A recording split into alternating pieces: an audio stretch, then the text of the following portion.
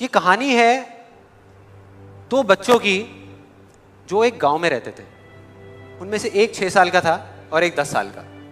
दोनों बहुत अच्छे दोस्त थे, बिल्कुल शोले के जय और वीरू जैसे। दोनों हमेशा साथ साथ रहते, साथ साथ खेलते, साथ साथ खाते पीते, साथ साथ नहाते धोते। नहीं, धोते नहीं, ये थोड़ा ज्यादा हो गया। तो एक दिन वो दोनों गांव से थोड़ा दूर निकल गए और खेलते खेलते उनमें से जो बड़ा बच्चा था 10 साल वाला, वो एक कुएं में गिर गया और जोर जोर से चीखने चिल्लाने लग गया क्योंकि उसको तैरना नहीं आता था। अब जो दूसरा बच्चा था, छोटा सा 6 साल का, उसने अपने आसपास में देखा और उसको कोई नजर नहीं आया, उसको कोई नहीं दिखा जिसको कि वो बुला सके हेल्प के लिए। और फिर उसकी नजर पड़ी एक बाल्टी पे जिस पे एक रस्सी बंधी हुई थी। उसने एक सेकंड भी वेस्ट नहीं किया, उस बाल्टी को उठा करके कुएं में फेंक दिया और अपने दोस्त को बोला कि पकड़ ले इसको। उसके दोस्त ने पकड़ा और वो अपनी पूरी ताकत लगा करके पागलों की तरह उसको खींचने लगा। खींचता रहा, अपनी पूरी जान लगा दी उसने। छोटे से बच्चे ने, 6 साल के और 10 साल के बच्चे ने उस बाल्टी को पकड़ा हुआ था।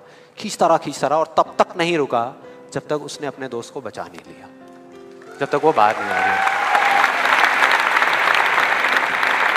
अब यहां तक तो ठीक था, यहां तक तो ये कहानी समझ आती है। लेकिन हुआ क्या कि जैसे ही ये दो बच्चे, जब दोनों एक हो गए, जब बाहर आए और आकर के गले मिल रहे, रो रहे और खुश हो रहे, एक तरफ से उनको डर भी लग रहा था। डर था कि अब गांव जाएंगे तो बहुत पिटाई होगी जब उनको बताएंगे कि ऐसे हम कुएं में गिर गए और ये सब चीजें हुई। लेकिन मजे की बात, ऐसा कुछ भी नहीं हुआ। वो जब गांव गए और जा करके उन्होंने अपने घर वालों को बताया, बाकी गांव वालों को बताया, तो किसी ने विश्वास नहीं किया, पूरे गांव वालों ने। और वो अपनी जगह बिल्कुल ठीक थे क्योंकि उस बच्चे में इतनी ताकत भी नहीं थी कि वो एक बाल्टी पानी से भरी हुई वो उठा सके। तो इतने बड़े बच्चे को इतनी ऊपर खींचना तो बहुत दूर की बात है। लेकिन एक आदमी था उस गांव में, उसने विश्वास कर लिया।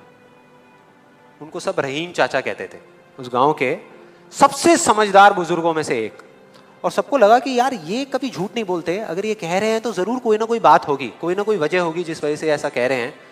और फिर सारे गांव वाले इकट्ठे होकर के उनके पास में गए और जा करके बोले कि देखो जी, हमें तो कुछ समझ आ नहीं रहा, आप ही बता दो कि ऐसा कैसे हो सकता है। तो उनको हंसी आ गई। वो बोले कि यार इसमें मैं क्या बताऊं, वो बच्चा बता तो रहा है उसने कैसे किया।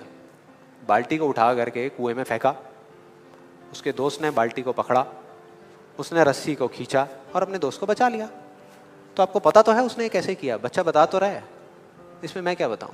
तो सारे गांव वाले उनकी शक्ल देख रहे।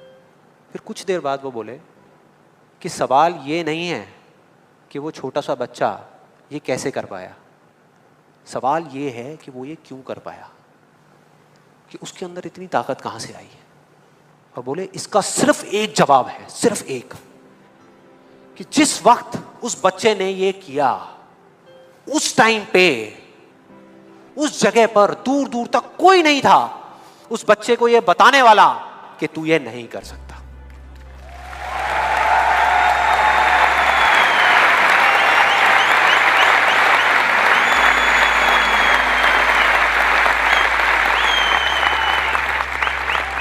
बोले कोई नहीं था, कोई नहीं, यहां तक कि वो खुद भी नहीं, वो खुद भी नहीं।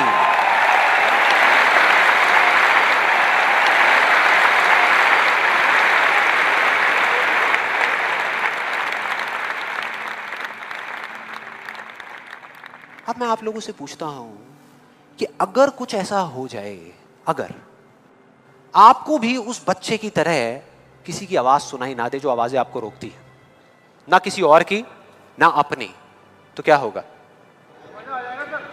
मजा आ जाएगा, राइट? उस बच्चे की तरह आपको भी कोई नहीं रोक पाएगा। You will be unstoppable, right? Yes और नो? यस और नो? यस और नो? थियोरेटिकली तो ये बात बहुत अच्छी लग रही है सुनने में, लेकिन अगर हम प्रैक्टिकली देखें तो सिर्फ यस बोलने से काम नहीं चलने वाला। ये आप सबको भी पता है और मुझे भी पता है। ये जो अनस्टॉपेबल बनने वाला काम है, उसके लिए क्या करना पड़ेगा? 2 दीवारें तोड़नी पड़ेंगी। 2 दीवारें, पहली बनी है दूसरों की आवाज की, कि आपके ऊपर दूसरों की आवाजों का असर होना बंद हो जाए, और दूसरी आपकी खुद की आवाज। ये ज्यादा बड़ी दीवार है। तो अब देखते हैं कि इस पहली दीवार को कैसे तोड़ना है। उस कहानी में उस बच्चे के आसपास में कोई नहीं था उसको रोकने वाला, लेकिन क्या रियल लाइफ में ऐसा होता है? यस और नो? नो। क्या होता है कि हम एक काम करने की सोचते हैं, करना शुरू भी नहीं करते, सिर्फ सोचते हैं कि हमको ये काम करना है, और सामने से 4 लोग आ जाते हैं रोकने के लिए। 4 लोग आ जाते हैं तरह तरह की बातें करने के लिए कि ये नहीं हो सकता। अरे बड़ा इम्प्रैक्टिकल सा आइडिया है। जब कोई नहीं कर पाया तो तू क्या करेगा? होता है ऐसा? कितने लोगों के साथ ऐसा हुआ है? सबके साथ हुआ है और होता रहता है। और मेरे साथ तो पता नहीं कितनी बार हुआ है। किसी के साथ कुछ ज्यादा ही हुआ है लगता है। लगता है उनको राह चलते भी, मेट्रो में भी कोई मिलता है, अबे तू नहीं कर पाएगा चल।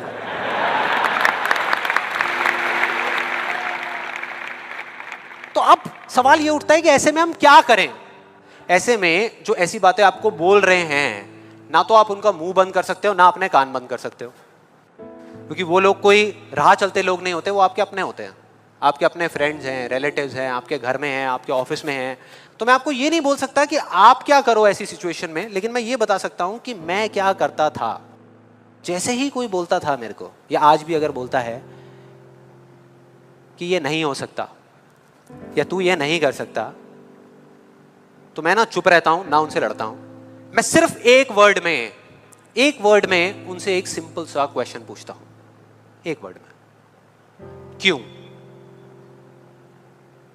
नहीं कर सकता? क्यों नहीं हो सकता? और जैसे ही मैं ये करता हूं उसके बाद बहुत मजा आता है। आप कभी करके देखना, बहुत मजा आएगा। 90% लोग ऐसे मिलेंगे आपको जिनके पास में इस क्यों का जवाब ही नहीं होगा। जवाब ही नहीं होगा। नहीं, वो सोच में पड़ जाते हैं। जैसे ही मैं पूछता ना क्यों, हाँ क्या, क्यों, ये कैसा सवाल है?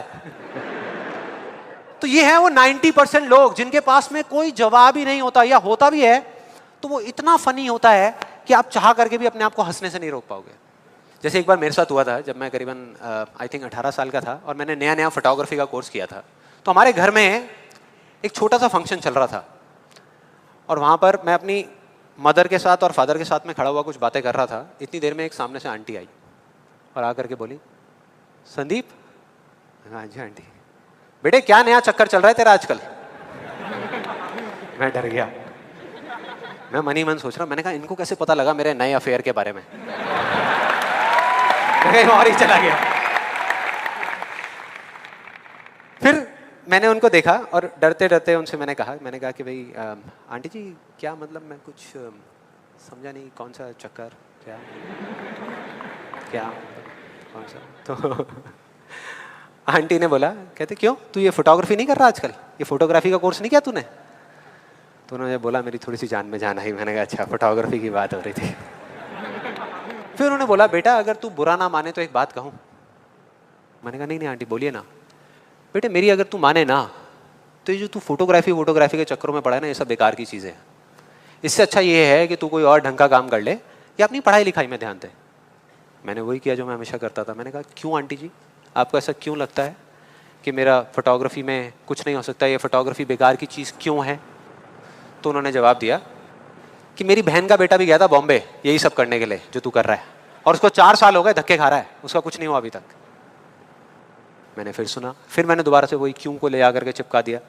मैंने उनसे पूछा, लेकिन आंटी मेरे को कुछ समझ नहीं आया कि अगर वो कुछ नहीं कर पाया तो मैं कुछ क्यों नहीं कर पाऊंगा? सीधा सा क्वेश्चन है यार।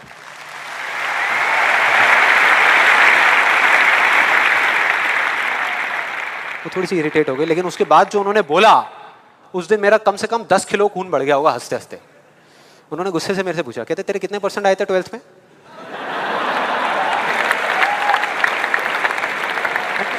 मतलब फोटोग्राफी से इसका कोई कनेक्शन नहीं है दूर दूर तक, लेकिन उनका ये सवाल था कितने % आए थे तेरे 12th में? मैंने कहा जी 85% आए थे। फिर उन्होंने एक अजीब सा एक्सप्रेशन दिया, मेरे को ऐसे देखा जैसे कि मेरे से बड़ा बेवकूफ़ इस पूरी दुनिया में कोई नहीं है, और बोली उसके 92% आए थे।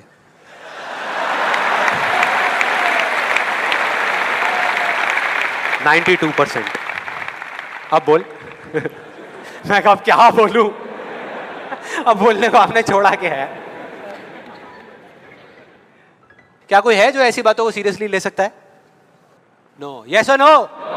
नो, ले ही नहीं सकते। अब बचे 10% लोग जिनके पास में जवाब होता है, एक जेन्युइन वजह होती है। मतलब वो आपको सिर्फ ये नहीं बोलते कि आप नहीं कर सकते, वो आपको बताते हैं कि वो ऐसा क्यों बोल रहे हैं। तो मुझे जब भी कोई ऐसा मिलता है तो मैं उनके पास में जाकर के शांति से बैठता हूं, उनकी सारी बात को समझता हूं, फिर अकेले में जाकर के उस प्रॉब्लम का सॉल्यूशन निकाल लेता हूं और अपने पूरे दिल से उस इंसान को थैंक्स करता हूं। क्योंकि इनडायरेक्टली ऐसे लोग हमको हेल्प करते हैं आगे बढ़ने में। लेकिन इसका मतलब ये नहीं है कि उन 10% लोगों की बातों को मैं ज्यादा सीरियसली लेता हूं, या अगर मेरे को उसका जवाब नहीं मिलता तो मैं रुक जाता हूं। क्योंकि जवाब नहीं है इसका मतलब ये नहीं कि हम चलना बंद करते हैं। फॉर एग्जाम्पल, अगर हम अपने घर से ये सोच करके निकले हैं कि जब सारी लाइट्स ग्रीन हो जाएंगी तब मैं अपने घर से निकलूंगा, तो निकल पाएंगे कभी? कोई भी ऐसा कुछ आपको बोलता है आकर के कि आप ये नहीं कर सकते, तो समझ लेना कि वो बोल तो आपको रहा है, लेकिन उसका इशारा आपकी तरफ नहीं है। वो बस इतना सा कहना चाहता है क्योंकि मैं इस काम को नहीं कर सकता।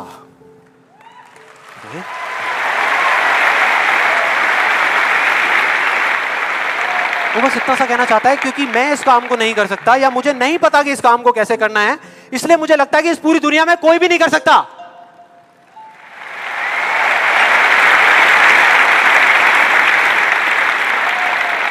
आप में से कितने लोगों ने एक कहावत सुनी है कि किसी पे जुल्म करना पाप है, लेकिन जुल्म सहना उससे भी बड़ा पाप है?